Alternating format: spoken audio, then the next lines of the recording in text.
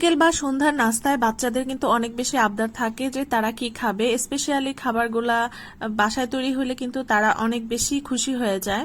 আর এক এক দিন এক এক ধরনের নাস্তা তৈরি হলে কিন্তু তারা খুবই অতি উৎসাহী হয়ে খাবারগুলো সবই শেষ করে ফেলে। বাহিরের দোকানের ভাজা পোড়া সিপি রেস্টুরেন্টের খাবার খাওয়ার চেয়ে বাসায় স্বাস্থ্যকরভাবে একটা খাবার বানিয়ে দিলে কিন্তু বাচ্চাদের স্বাস্থ্যের দিকটাও যেমন ঠিক থাকে, ব্যালেন্স থাকে, অমনি করে কিন্তু আপনি অনেকটা বেশি সাশ্রয় করতে পারবেন। আজকে যে রেসিপিটা আপনাদের সাথে শেয়ার করে দেখাবো, এটা খুবই সিম্পল একটা রেসিপি। বাসায় থাকা সব ধরনের ইনগ্রেডিয়েন্টস দিয়েই কিন্তু আপনারা এই রেসিপিটা তৈরি করতে পারবেন।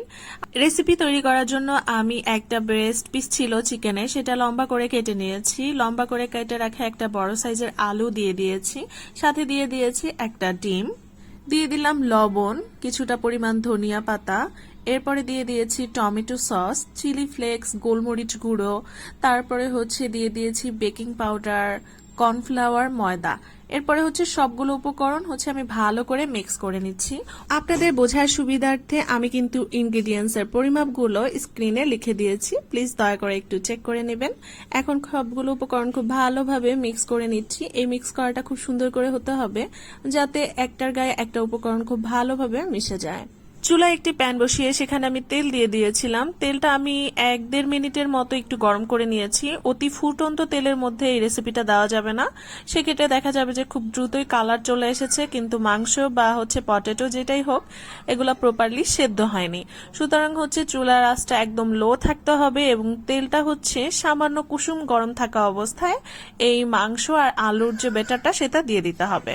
চুলার আঁচটা লো রেখে আমি কিন্তু এই পাশ 8 মিনিট কুক করে নিয়েছি। দেখেন অনেক সুন্দর একটা কালার চলে এসেছে, পুড়েও যায়নি, আবার কিন্তু প্রপারলি সেদ্ধও হয়ে গেছে। এইভাবে এখন আমি অপর পাশটা উল্টে পাল্টে দিচ্ছি, এতে করে কিন্তু উভয় পাশই প্রপারলি সুন্দর সেদ্ধও হবে আর মশলাগুলোও কিন্তু একে অপরের সাথে খুব ভালোভাবে প্রবেশ করবে, আর কিন্তু খেতেও কিন্তু অনেক বেশি ভালো লাগবে। বাসায় বিকেলের নাস্তা বলেন বা বাচ্চার আবদার বলেন বা হাজবেন্ডের আবদার বলেন, কিংবা যদি হঠাৎ করে মেহমানও চলে আসে, আপনারা কিন্তু এই সিম্পল রেসিপিটা তাদের সামনে অবশ্যই প্রেজেন্ট করতে পারেন। অতি কম সময় লাগবে, জাস্ট ফ্রিজ থেকে মাংস বের করলেই হলো। বাকি প্রসেসিংটা তো দেখতেই পেলেন, অনেক বেশি ইজি। এবং এটা মূলত খুব কম সময়ের মধ্যে হয়ে যায়, এজন্য বাচ্চাদেরও খুব পছন্দের একটা রেসিপি এবং যারা মায়েরা বানায় তাদের জন্য কিন্তু অনেক বেশি পছন্দের একটা রেসিপি। এই যেমন ধরেন হঠাৎ করে মেহমান চলে আসলো, এখন কি করবেন, কি খাওয়াবেন বুঝতেছেন না, স্পেশাল কিছু খাওয়াতে চাচ্ছেন, তখন কিন্তু এই রেসিপিটা বানিয়ে দিতে পারেন। মেহমানের সাথে গল্প করতে করতেই কিন্তু আপনার রেসিপিটা হয়ে যাবে, মাত্র 10-15 মিনিটের বিষয়। ফাইনালি কিন্তু আমার রেসিপিটা হয়ে গেল, আলহামদুলিল্লাহ। খেতে কিন্তু অনেক ভালো ছিল। এই রেসিপিটা কিন্তু আমি এবারই প্রথম বানিয়েছি, মানে আমার মাথা থেকে যা বের হয়েছে আমি সেটা দিয়ে একটা সিম্পল রেসিপি হুটহাট করার চেষ্টা করেছি। শরীর খারাপ ছিল, এই অবস্থায় কিন্তু আমি হুটহাট বাচ্চার জন্য এখন বিকেলে নাস্তা বানাতে হবে তাই বানিয়ে ফেললাম, যেটা মাথায় এসেছে সেটাই করে ফেলেছি, বাট খেতে এত বেশি অসাধারণ হবে এটা কিন্তু আমি বুঝতে পারিনি। আচ্ছা, আজকের রেসিপিটা আপনাদের কাছে কেমন লাগলো আশা করি কমেন্টস করে জানাতে ভুলবেন না। কে কোথা থেকে দেখছেন সেটাও কিন্তু জানাতে পারেন।